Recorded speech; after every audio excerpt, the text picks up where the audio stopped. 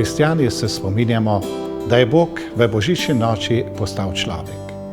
Ponuje nam roko in nas vabi na skupno pot. Božič je tako vabilo, da odpremo naša srca.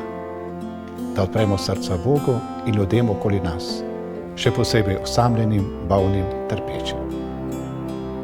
Vsem vam, ki praznujete Božič, želim, da bi začutili Božjo ljubezen in veselje do življenja, ki nam je podarjeno.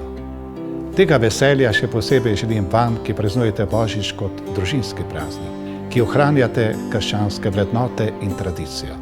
V teh božičnih dneh vas vabim, da posvetimo več časa drug drugemu.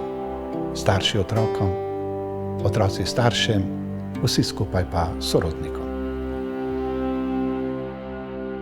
Želim vam, da bi v božični noči upanje napolnilo vaša srca, vseh vas, ki vas težijo raznovrstne težave in preizkušnje, bolezni, razočaranja. Zavedajte se, da vam je Gospod vedno blizu in da vas ne zapušča. Božičnega veselja želim tudi vam, rojakom zunaj naše domovine, v zamejstvu, brezdomstvu in izseljenstvu.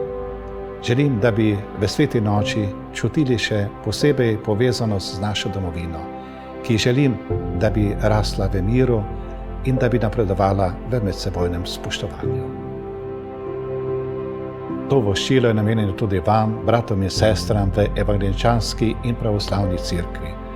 Želim, da bi v tej sveti noči še posebej začutili, kako nas povezuje vera v Jezusa Kristusa.